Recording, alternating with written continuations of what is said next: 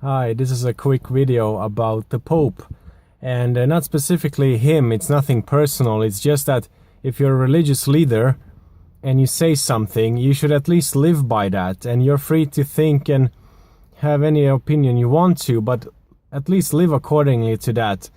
Now, he said that the migrant people and the immigrants coming to Europe and swarming Europe, which is mostly men, should be prioritized before national security. And he says that from the Vatican, which is surrounded by a wall. And speaking of, something being more important than national security, how about education being more important than the Vatican library? Nobody can get into that library. And those who get into it, it's so limited. You have to know what book you're after and book months and years in advance, because they have the logbooks and the track history of all the horrible stuff Europe went through during the times when Catholicism was at the epicenter of power. Some people say Catholicism saved Europe from, Islam or from this or that, but they didn't.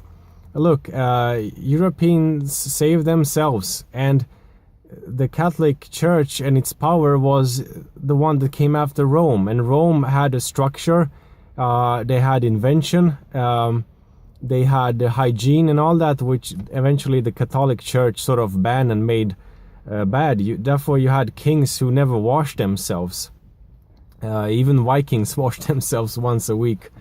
So it's all just a mess. And during the epicenter of Catholic power, they made the smartest people become nuns and monks, and therefore not creating families and creating smart kids, basically. So what do we have to thank to the Catholic Church? Yeah, they had scientists, they did research, but it was a controlled research. It couldn't be outside of the dogmas, basically. And since they had the main power for many years, everything bad and everything good can be attributed to the Catholic Church. But they are a snake, you see, they change skin. So now, for example, when the Pope says something sort of like every human has a value, or, everything we take for granted in our secular society, he gets so much applause and cheers for that. Which is, they're just trying to wash themselves, and that's why they have this sort of puppy leader who's saying all these cute, overly altruistic things, which are impossible to put into practice. And besides, the Vatican itself does not practice by what it teaches. They were very much into smuggling Nazis from Germany, from all the occupied puppy nations, and send them to the South America. So yeah, it's just funny because, for example, even Dalai Lama, who is supposed to be this overly altruistic kind of happy, smiling old man, he said the people should not be replaced in Europe, because he himself is interested in preserving the Tibetan culture and the Tibetan people in Tibet, to get Tibet back. So he understands this, and nobody's making a big idea about that. So the Pope could have actually said to Dalai Lama, hey, let the Chinese have your country. It's more important than your national security. And a couple of years back ago, when the Dalai Lama, or His Holiness, however he wants to be called, I respect both of them, these people. It's just that, anyway, when he was visiting Europe or something, he wanted to meet the Pope, but the Pope declined, so he didn't go to the Vatican. Why? Because there is a growing number of Catholics in China, and China has the money. Tibet has nothing. Tibet isn't even a country. So it's all just phony. At least have any opinion you want to have. I'm very fine with that, but just live accordingly to that belief.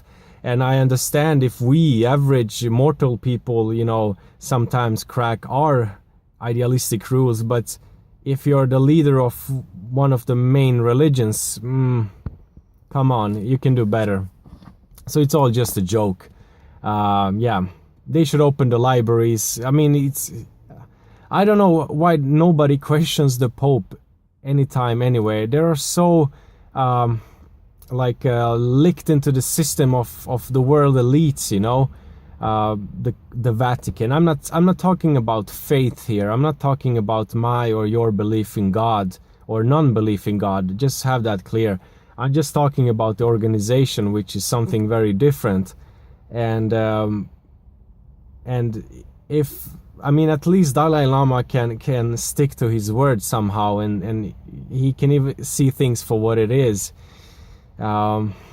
Yeah, and I'm not a big fan of either of them. Actually, I don't know if I'm ashamed or what, but when I was in the residence or the place where Dalai Lama lives, Maklodganj, there was I don't know what you call that, a mass or something, and he was giving lectures on the basic of Buddhism. I left that, you know, in midway, but he had a specific presence, but even, you know, even he and his organization is really strange. They have lots of internal conflicts and so on. So yeah, I don't know. These religious leaders, these organized religions, have nothing to do with the creation, the God, the real energy, the life force.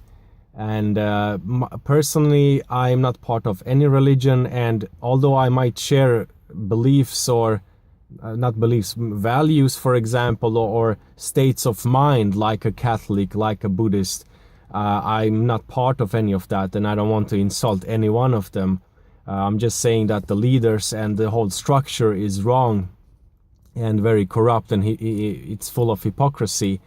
And the pop fiction here is really awkward, because he's year after year saying these kind of silly things, so hollow. It's worse than when a Hollywood celebrity or a famous rich person says, like, let anyone into the country, give them everything they need, while they are not giving any rooms in their big mansions.